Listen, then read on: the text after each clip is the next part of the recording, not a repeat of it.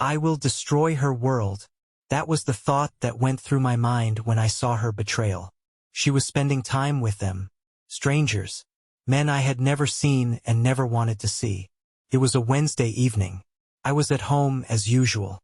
Our daughter, 8-year-old Lily, was working on a school project on the kitchen table. I had prepared dinner steak with a side dish, her favorite. My wife, Amanda, was supposed to be home from work, but she was late, again. "Do you think Mom will be here on time?" asked Lily, looking at me with her big brown eyes. I smiled, trying to hide my anxiety. "She always takes the time to say good night, doesn't she?" I replied, though something inside me was clenching. Lately, Amanda seemed to be, somehow, alien. Late evenings, conversations that boiled down to superficial phrases, quick kisses, as if out of habit. And now this feeling of being split, which I couldn't explain. Lily went to bed around 9, and I was left alone in the silence of the kitchen, where I had returned to put away the dishes. Amanda's phone, which she had left at home, was lit up with a message. Normally, I wouldn't have paid any attention to it, but the sender's name caught my eye. Andrew Yoga? She had never been interested in yoga. I opened the message. Everything was incredible this time. I can't wait for the next time.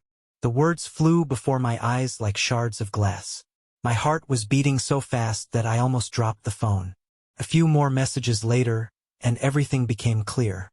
Photos, laughter, some of their memorable moments. They met in cafes, in hotels. And me? At that time, I played the role of an ideal father, husband, and cook. Now this world seemed fake. When Amanda finally came back, she was smiling like nothing had happened. Her lips touched my cheek, but I felt only cold.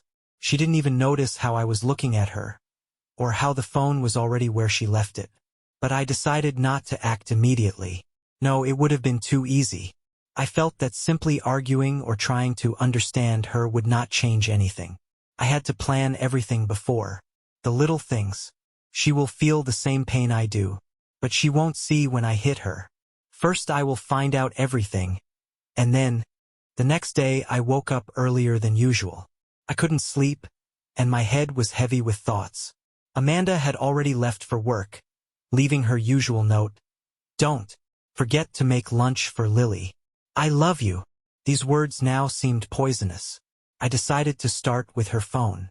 She hadn't changed her password, so she probably didn't even realize that I might suspect something. The first step in the plan was to collect evidence. Not just fragments of messages, but the whole picture. I opened her gallery. Most of the photos were ordinary Lily, our family celebrations. But then I came a folder with a password. Personal. And, to my surprise, the password was simple. The date of our anniversary. When the folder opened, I saw photos that literally knocked the air out of my lungs. Amanda and this Andrew, laughing, hugging, even kissing. The locations were different. A cafe, a beach, even a parking lot near some motel. I had everything I needed, but instead of being relieved, I felt even more broken. I couldn't spend the whole day being sad. The plan required action. The next step was to establish her habits. I decided to use a location tracking app. My friend, Max, has been working in IT for a long time and once showed me how to install such programs. I knew it wasn't exactly legal, but that didn't stop me. By lunchtime, the app was active on her phone. I could see where she was going and even read her messages in real time. I started recording her every move. She thought she was playing it safe, but I was already reading her moves. After a few days, it became clear that her work often included unexpected trips to places she was not to be. On Thursday night, she was late for a meeting again. I left Lily with a neighbor and decided to find out more. I waited until the app showed that she was staying at the same motel. My stomach was clenching with anger. I drove up in my car and parked a little to the side, where I couldn't be seen. A few minutes later, I saw her get out of the car, smiling, and enter the room. Andrew was waiting for her at the door. I was sitting in the car, gripping the steering wheel so hard that my fingers started to hurt. I wanted to run out and make a scene, but I held back. No, they won't get out of this situation that easily.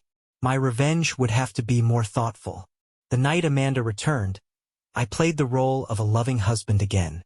She made an excuse. The meeting ran late. I'm sorry I'm so late. I nodded, even kissed her, and we went to bed. But I knew that I would continue to play by my own rules. At night, I did not sleep again. My plan was beginning to take shape. I would not just destroy her, a novel. I will destroy the picture of the perfect life that she has so carefully built. But most importantly, she will never see it happen. Days turned into weeks, and I immersed myself in creating a plan that would inflict damage so precise that Amanda would not even know where the blow came from. It wasn't just an act of revenge, it was art. I had to carefully place all the traps so that they would go off simultaneously at the right moment. I first approached Max. We met at a bar where I often went after work. Max was one of those people who knew how to find loopholes where there shouldn't be any. His specialty was digital traces. Max, I need your help, I began, pouring us both a beer. If it's about something illegal, IT here, he joked, raising his mug. I briefly outlined the case, of course, without into detail about my true motives. I said that I suspected Amanda's work partners of something suspicious, and I want to confirm my hunch. Max nodded like a man who had heard such things before. Okay, if you want full access to her phone and other data, I can do it in a day or two. But are you sure you want to know? His gaze pierced me. I want to, I said firmly. The next step was to prepare the ground for her downfall. Amanda has always valued her reputation very highly. Her work, her friends, even our daughter, everything mattered. To create the illusion of an ideal life. My task was to make this life start to collapse. I decided to use people from her inner circle. My goal was to give them hints that everything is not so smooth. At first, these were innocent remarks. I started mentioning that Amanda often came home late, commented on her busy schedule in front of her neighbors, even dropped a few lines about her new interests at a meeting with friends. Then I focused on her work. Amanda worked in an office that valued not only professionalism but also morality. I knew that making her look suspicious in the eyes of her colleagues would be the first blow to her ideal image. Max helped me access her email. There I found correspondence with Andrew, which sounded more like conversations between lovers than work. I carefully forwarded a few excerpts to her work computer, leaving them in a folder that would easily catch the eye of her boss. Every time she came home, I acted as if nothing had happened. We ate dinner together, played with Lily, even watched movies. But inside me, anger was boiling. Every laugh she made, every "I love you," was just a reminder of how skillfully she lied. One day, when she was sitting on the couch with her phone in her hands, I came closer and asked her, "Amanda, are you happy?" She looked up, surprised by the question. "Of course, why do you ask?" Her voice was so calm that I almost believed it. "I just wanted to make sure," I said, smiling. She turned back to her phone, not even realizing that I was already monitoring her every move. Amanda started to notice that something was different. I could see it in the smallest things. The way her eyes lingered on me longer than usual when I read Lily a bedtime story. The way she put her phone away faster when I came into the room. She tried to look relaxed, but I knew her too well. The uncertainty began to take over. I kept myself check. My calmness was my weapon. One evening, when she said she was going to a work meeting, I just nodded. "Don't be late," I said, smiling like a man who trusts unconditionally. She froze for a moment, then answered, "Sure, I'll be home by 10. But I already knew it wasn't true. As soon as her car disappeared around the corner, I got in mine and started following. The app on her phone showed that she was heading to the same motel. My heart was pounding so hard in my chest that I was afraid it would give me away, even though I was all alone. I parked a short distance away and saw her enter the room with him. They were laughing, her laugh, the same laugh that used to belong to me. She didn't even look back. It was the last straw. I sat in the car for a long time, clutching my phone. I took a picture of them entering the room to add to my collection of evidence. This time I felt not only anger, but also a strange, almost painful relief. Everything I saw confirmed that she was no longer the person I had once built my life with. Back home, I sat in the dark, listening to the door open around 11. She came in quietly, as if she was afraid I was asleep. But I wasn't. "How was the meeting?" I asked when she entered. "Kitchen." She flinched, but quickly composed herself. "Good. We finished a little later than we expected." I watched her face carefully, but she was a master of deception. Her smile looked sincere, but I already knew what behind it. "I'm glad to hear that you're doing well," I replied, and this time her smile quivered. She felt a change, even if she couldn't explain it. I went to the bedroom, leaving her alone in the kitchen. She must have thought I was suspicious, but she didn't know how deeply I had already fallen for her lies. The next day I took action. At lunchtime, I met with Julia, her best friend. Julia was always skeptical of me, but that day I pretended to be confused and in need of help. "Julia, I know that Amanda is close to you, but I think she's drifting away," I began, pretending to be a caring husband. Julia frowned. "Is it moving away? What are you talking about?" "I just feel like she's hiding something," I said down. "Maybe I'm winding myself up, but she comes in late, works too much, and I see her changing." Julia was silent, but I could see her expression changing. I knew I had sowed doubt. Julia would definitely remember those words the next time she spoke to Amanda. Meanwhile, I continued to put the puzzle together. I looked through her mail, collected message. At work, I reached out to an old friend who worked a law firm. I wanted to make sure I could use this evidence in court if I needed to. But I didn't a trial. My goal was to make Amanda lose control of everything. She had to feel the same fear and uncertainty that I felt every night when I looked at her face in the dark. It wouldn't be before her world would start to crack. I could see the first signs of it in her nervous movements, in her eyes that hid from mine. And I knew it was only the beginning. Amanda could longer hide her anxiety. Her hands were shaking as she poured herself a cup of coffee for breakfast. Lily ate her cereal serenely, and I sat with the newspaper, watching my wife's every move. "Are you okay, my love?" I asked with a hint of concern. "Yes, I just didn't sleep well," she answered, smiling through her teeth. But her eyes told a different story. She was afraid, although she didn't know what exactly. This fear is what I wanted to fuel further. I started acting seemingly innocently, but with intent. The next evening I was late home from work. This was not like me. I was always on time, cooking dinner, helping with Lily. But this time, I just walked into the house at 9 in the evening, not even explaining where I was. "Are you late?" Amanda asked when I crossed the threshold. Her voice sounded unnatural, tense. "Yes, I met an acquaintance," I answered indifferently, taking off my jacket. "Familiar? Which one?" Her question came too quickly. "Nothing important, just talking." I smiled, and then, without waiting for her answer, I headed for the bedroom. I could feel her watching me, her thoughts probably already starting to be filled with questions. This uncertainty and suspicion is what I wanted to evoke in her. A few days later, I made another move. I left a flash drive on the living room table. Amanda noticed it when she was cleaning the room. "Is this yours?" she asked, holding the device in her hands. "Yes," I answered casually, not looking at her, just working files. But in fact, the flash drive contained several photos from her and Andrew's meetings. I knew she wouldn't dare put it in the computer in front of me, but I also knew her curiosity would get the better of her when she was alone. That night, when I fell asleep earlier, Amanda went to her office. I could hear her. I carefully opened the desk drawer as the computer beeped and the flash drive was connected. She thought I didn't suspect anything.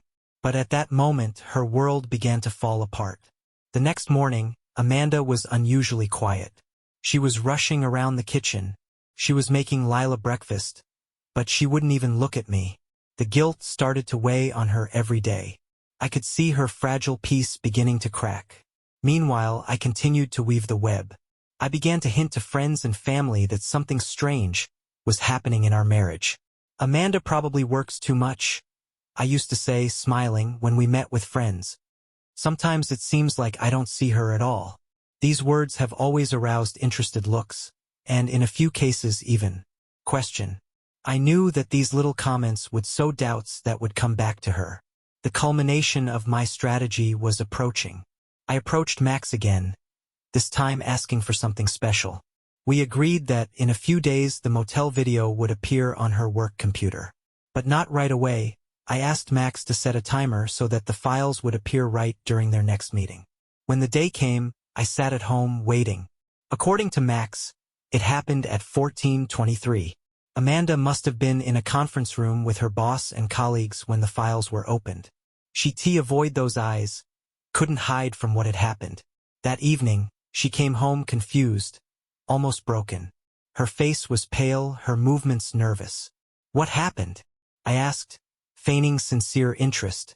Nothing, she said, but her voice betrayed her. I smiled to myself. The first blow had been struck. I looked at Amanda at dinner, her hands nervously moving her fork. She barely touched her food, while Lily told me a story about a school project. My daughter was the only calm moment in this chaos, and I thanked fate for her innocence. Amanda looked as if every sound around her was sharp and painful for her. Amanda, you look exhausted, I said, pretending to be concerned. You don't overwork at work, do you? She flinched at my words, as if I had hit her. No, everything is fine. I'm just busy, she answered, avoiding my gaze. I nodded and turned the conversation to something mundane, as if nothing was happening. But inside me, I was burning with pleasure. It was already beginning to crumble. A few days later, I decided to make the next move to confuse her even more. I invited her to dinner at a restaurant we used to love. Amanda looked stunned. She clearly did not expect such a gesture, especially after everything that had happened. Why don't we spend some time together? I said, feigning concern. She agreed, although I could see the doubt in her eyes. We were sitting at a table talking about old times. I remembered our first meeting, the moments when we were falling in love. Amanda was trying to keep the conversation going, but I could see her nerves starting to fail her. Do you remember that trip to Mount Rushmore? I asked. That when you said you trusted me more than anyone else. Her smile faltered. Yes, I remember, she whispered. I leaned closer. Do you still trust me, Amanda? This question hung in the air, and I enjoyed her confusion. Of course, she answered, trying to remain calm. That's good, I said, taking a big gulp of wine. The next morning, I left her a note on the kitchen table. Amanda, I know something is, but I'm still here. Talk to me when you're ready. This move was designed to confuse her even more. She'd know that I already knew everything. She thought I was only guessing, and this made her to be even more nervous. Her life at work was not going either. My gift with the flash drive did the trick. I heard from mutual acquaintances that her office had started. Rumors started to spread. Her boss began to treat her colder and her colleagues began to avoid her. But this was only the beginning. I planned another attack, this time a public one. I set up an anonymous social media account to which I uploaded photos and messages confirming her affair with Andrew. The post was private, but I made sure that her coworkers could access it. Amanda didn't know what had happened yet, but I noticed her condition that evening when she returned home. Her hands were shaking as she took off her coat. Her eyes were red, as if she had been holding back tears all day. Amanda, are you okay? I asked, pretending to be innocently concerned. Yeah, just a hard day, she mumbled. I just nodded. I didn't need to push. She was starting to fall apart on her own. In the evening, I went out to the garage and felt a strange satisfaction. I knew I was doing the right thing. Amanda was destroying our family, our lives. Now her own world was falling apart, piece by piece. Amanda became like a shadow of herself. Her eyes lost their sparkle. Her posture lost its confidence. She was constantly looking around, as if she was waiting for something to fall on her head. And yet she continued to play the role of an ideal wife, a caring mother. But it was just a shell. I watched her every day, like a hunter who knows that the prey will soon get tired of running. Lily, fortunately, didn't notice anything. Her childlike carefree attitude was like a breath of fresh air for me. I kept her away from all this filth. One evening, Amanda decided to speak up. "Randall," she began cautiously, her voice trembling. "Are you okay?" "Me?" I looked up from the book, pretending to be surprised. "Yes, why do you ask? You've been distant. I'm worried about you." Her eyes searched mine intensely. I smiled. This game was getting more and more interesting. "Nothing like that. Just a lot of thoughts."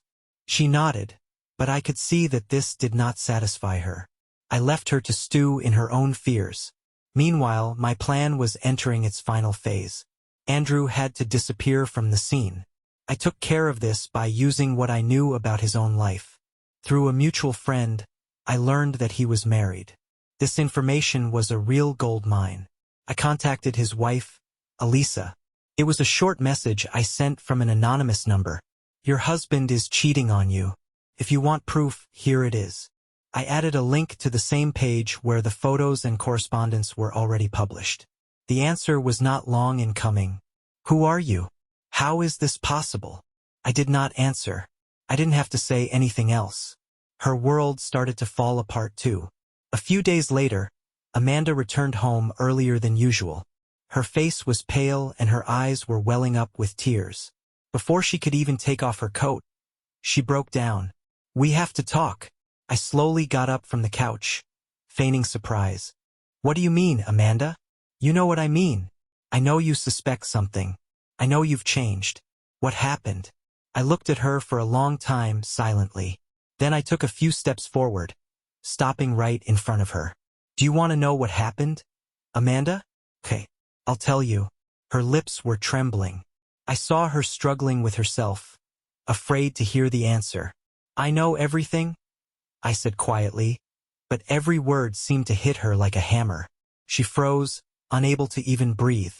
"I know about you and Andrew. Every meeting, every message. I know where you were and what you were doing while I at home making dinner for our child." "Randall, this is not," she began, but I held up my hand to stop her. "No, don't say anything. Your words mean nothing to me anymore." Tears began to flow down her cheeks, and I saw her collapse right in front of me. "Why?" she whispered. "Why did you keep quiet for so long?" I laughed bitterly and cruelly. "You don't deserve a simple answer. You deserve to feel every second of this pain." This was only the first wave. Amanda had no idea that her biggest nightmare was yet to come. I was leaving her in the dark. Her world was just beginning to crack, but I hadn't dealt the final blow yet. Amanda cried all night. Her sobs came from the bedroom like the whisper of a ruined life, and it was music to my ears. I left her alone to get used to, of the void that she created. I spent the night in the living room, sitting in the dark. My thoughts were focused on the next step. I was no longer interested in her apology. I needed to deliver the final blow that would destroy what was left of her world. In the morning, Amanda came to me. Her eyes were red and her face was exhausted. "Randall, I know you'll never forgive me," she said, trying to keep her voice steady. "But I want you to know that I'm sorry. I'm sorry for everything." I looked at her, calmly, even coldly. "Amanda, your words no longer mean anything. They're like an empty sound." She staggered back as if I had hit her. But I didn't stop. "I gave you everything I could, and you threw it away like garbage. What's left now? Only ashes." She did not answer. She just lowered her head and went to the kitchen. The next move was unexpected even for me. I received a call from Alice, Andrew's wife. Her voice was cold and focused. "Did you send me this evidence?" "Yes," I answered without hesitation. "I need to know. What are you going to do next?" This question took me by surprise. I was silent for a few seconds, thinking about her words. "I want her to pay for what she did," I finally said. "And so do I." Her voice was resolute. "I have an idea." We agreed to meet in a small cafe on the outskirts of the city. Alice was a woman with a strong character, her eyes radiating firmness and anger. She showed me even more evidence of Andrew's infidelity messages, photos, even hotel bills. "We could destroy them together," she said up. I thought about her words. My revenge had always been my own war. But now I had an ally, and that added a new dimension to everything. What do you mean? I asked, looking at her suspiciously. They deserve to be humiliated, to have their world destroyed in front of everyone. We will do it publicly. The first step of our plan was simple. Alice invited Andrew to a friendly dinner, pretending to want to reconcile. Meanwhile, I organized a dinner at home so that Amanda would think we were working on the relationship. We synchronized our actions. At the same moment, Andrew and Amanda were to be on our cameras in the worst possible situation for them. Alice had done a masterful job. She took Andrew's phone when he left the room for a moment and sent a message to Amanda, inviting her to meet her. Amanda, believing in his sincerity, left the dinner at home, leaving me with Lily. "Something urgent at work," she said, trying to avoid my gaze. I just nodded, pretending to believe her. Elisa and I were waiting for them in the restaurant. They didn't even notice us as they sat down at a table in a dark corner. Amanda looked nervous and Andrew tried to look calm. But it didn't last long. At the right moment, Alice got up from her seat and walked over to their table, holding her phone with the open evidence of their conversations. I stood behind them, their faces turned pale. "Did you think this would remain a secret?" Alice said, throwing the phone on the table. "You're both pathetic." Amanda looked up at me, and I saw the terror in her eyes. She knew it was my move. "Now everything you have been hiding will become public," I said, holding the camera. "You wanted to play by your own rules? Now I dictate the game." Their world is completely shattered. After that night, when the truth became obvious to everyone, Amanda looked like a shadow of herself. She no longer tried to hide her emotions. Her eyes, always so expressive and full of life, became empty, as if she could not cope with the burden I had placed on her shoulders. I, on the other hand, felt the tension begin to ease. The more I saw her world falling apart, the less this pain ate away at me from the inside. But this was only the beginning. My plan was not yet complete. Amanda lost her job within a week. I found out from a short call from her coworker Julia. "Randall, I don't know what happened, but Amanda had to leave," she said quietly. "Yes, I know," I replied coldly, not even trying to hide my attitude. It was a natural end. Her work, like her reputation, was built on an illusion that I had shattered. She now had to come face to face with herself. One evening she tried to talk to me. She was sitting on a kitchen chair with her arms wrapped around a cup of tea as an empty hope for support. "Randall, I want to fix this," she said, not looking up. I looked at her as if she were a fix it, I repeated with cold mockery. "And how are you going to do that, Amanda? To bring back everything you've destroyed?" She sighed, her shoulders slumped. "I made a terrible mistake, but I want to try to get back everything we had. For Lily." It was like a last-ditch attempt to hold on to at least a part of my former life. "For Lily." I leaned closer, my words piercing like needles. "Amanda, were you thinking about Lily when you cheated on me? Or was she just a convenient excuse?" She didn't answer. Her tears were streaming down her cheeks, and I saw that she couldn't fight anymore. She was broken, but I was not moved by this. "Now I have another question. What do I want? And, Amanda, it's not you." I started building a new life. My lawyer was handling the divorce papers, and I was looking forward to the day when I could officially separate myself from her lies. But most importantly, I focused on Lily. She was the only one who remained pure, a pristine element in all this chaos. We started to spend more time together, visiting parks, watching her favorite cartoons, making cookies in the kitchen. One day Lily asked, "Dad, why is Mom sad?" I hesitated to answer, trying to find the right words. "Mom made some mistakes and she needs to work on it," I said, stroking her head. She thought for a second and then nodded, as if children's logic was much simpler than adult logic. "Okay, but don't be sad, Dad. I love you." These words became an anchor for me in a stormy sea. Amanda tried to fight. She tried again and again to come back to me, to our family. She even went to therapy, saying she wanted to change. But it was too late. Every time I looked at her, Pictures arose in front of me. Her smile addressed to another, her lying words about working evenings. These memories were rooted too deeply to be erased. My choice was made. I could no longer love her as I used to. One day I left an envelope with signed divorce papers the table. Amanda looked at it for a long time, her hands trembling. "Is it over?" she asked, her voice barely audible. "Yes, Amanda. It's over." The envelope with the divorce papers remained on the table all day. Amanda couldn't bring herself to open it.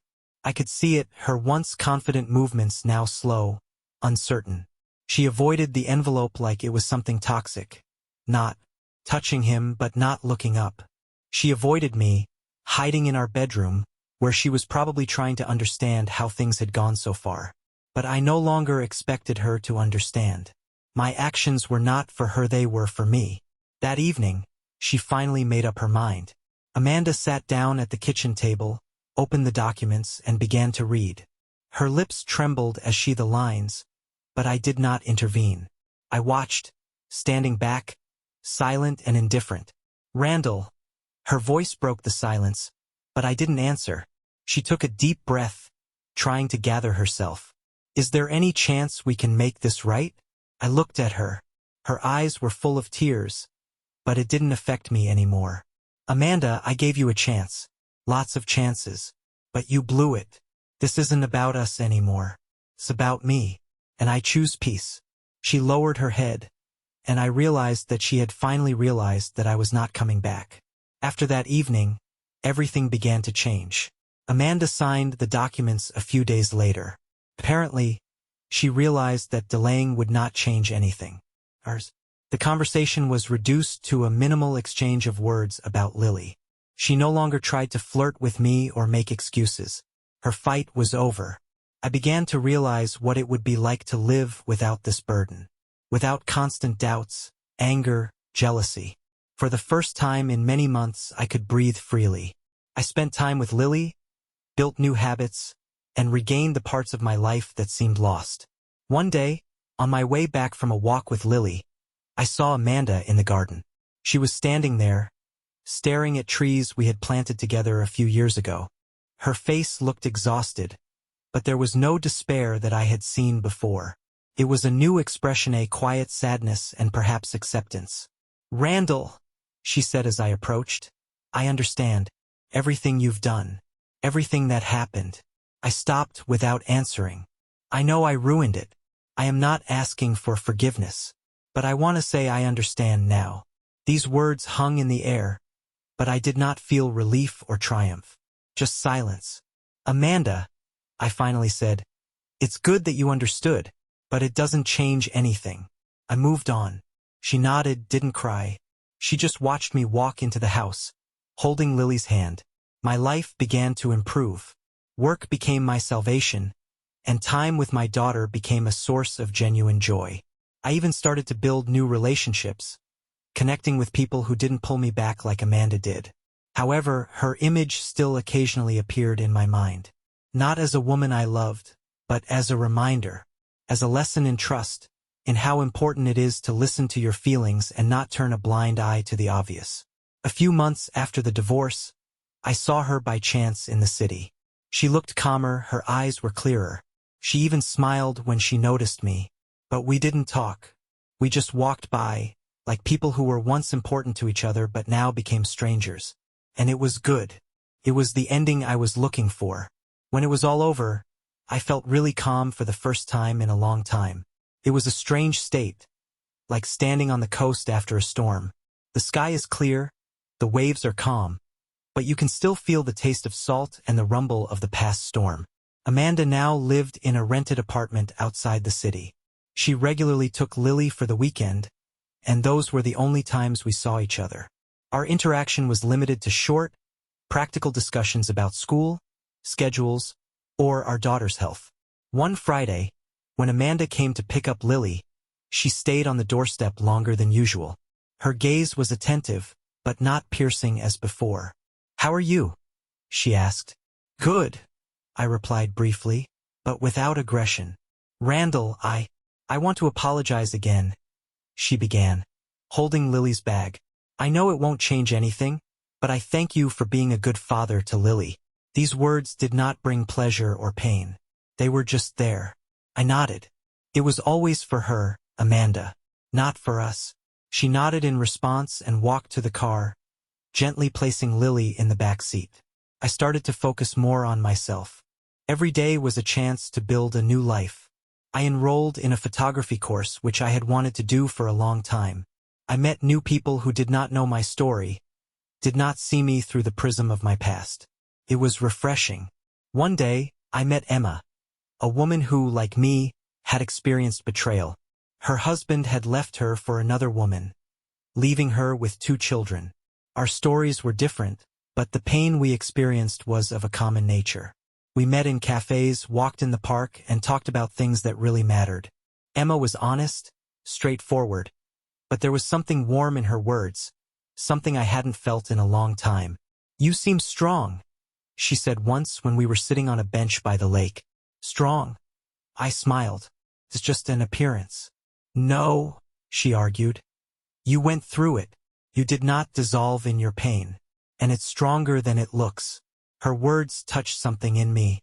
For the first time in a long time, I felt that I could move on without looking back. As Lily's birthday approached, I decided to organize a party at our house. Amanda offered to help, and I agreed. It was the first time we had ever. A decision that we made without tension or hidden pain. It was a wonderful day. Lily was laughing, playing with her friends, enjoying every minute of it. I noticed Amanda standing off to the side watching her, her eyes filled with quiet gratitude. After the last guests had left, Amanda paused at the door before leaving. "Lily is happy," she said. "Yes," I answered, looking at my daughter who was putting the gifts away. "I'm glad you're still alive, Randall. And I sincerely hope that you find someone who appreciates you the way I once did, but lost." This time, there was no manipulation or desperation in her words. Only the truth. "I am already on that path," I replied. She smiled, sincerely for the first time in a long time, and left. That evening, I sat on the terrace, holding a photo album with Lily's pictures in my hands. I took a deep breath, feeling a calmness envelop me. The past had been left behind. My life had started to move forward, and now I felt like I was finally in control. A few months passed after Lily's birthday, and life gradually became stable. The house, which had previously felt empty due to a lack of trust and warmth, was now a place of peace. It was quiet, not oppressive, but cozy. One evening, after I had put Lily to bed, I sat on the terrace with a cup of coffee, looking through old photo albums. In the pictures, Amanda and I were smiling, holding little Lily in our arms. These were the moments when our life seemed perfect, although even then, something was probably starting to break down. I closed the album and thought, all these months I believed that revenge would bring me liberation. And to some extent it did. But there was also another feeling, an emptiness that remained after revenge had fulfilled its role. My main goal was achieved. I showed Amanda that her actions have consequences. But did it change her? Did I correct something in myself? I realized that pain I felt was not only because of her betrayal. It was the pain of losing a part of myself. A part that once believed in love and trust without question. The next day I met Emma. We walked in the park, talking about everything and nothing. Her calmness was infectious, her words honest. "You know," she began, looking at me, "sometimes we think that pain can be simply pushed out, but in reality it becomes a part of us. We can't get rid of it, but we can learn to live with it." These words touched me. I to think that revenge would wash away all the pain, but now I realize that pain does not disappear. Transforms. "You're right," I replied, staring at the horizon. "But, you know, I don't feel that anger anymore. It's like, it's finally in the past." "It's because you chose to go forward," she said. When I got home that evening, I decided to take the final step toward liberation from the past. I opened the closet and pulled out a box that contained memories of my marriage to Amanda. Photos, letters we wrote to each other on, anniversary, even her old gift. I moved the box to the garage and left it there, among other things that were no longer part of my life. It wasn't a gesture of anger or disdain. It was a decision to leave the past where it belonged. A few weeks later, for the first time in a long time, I felt like I could build new dreams. Emma was by my side. Lily was growing up healthy and happy, and I began to discover a life without the constant burden. One day, while walking with Lily in the park, she suddenly asked, "Dad, are you happy?" I looked at her and smiled. This question would have caused me confusion before, but now I answered with confidence. "Yes, Lily, I'm happy." She smiled and squeezed my hand. This journey was hard. It made me lose a part of myself, but also find something new. I realized that it's not revenge or anger that makes us stronger, but the ability to let go, accept and move on. The past left its mark, but it no longer dictated who I should be. A new chapter in my life had begun, and I knew that this time I would not be afraid to trust. Not because the past was forgotten, but because I had learned to live with it.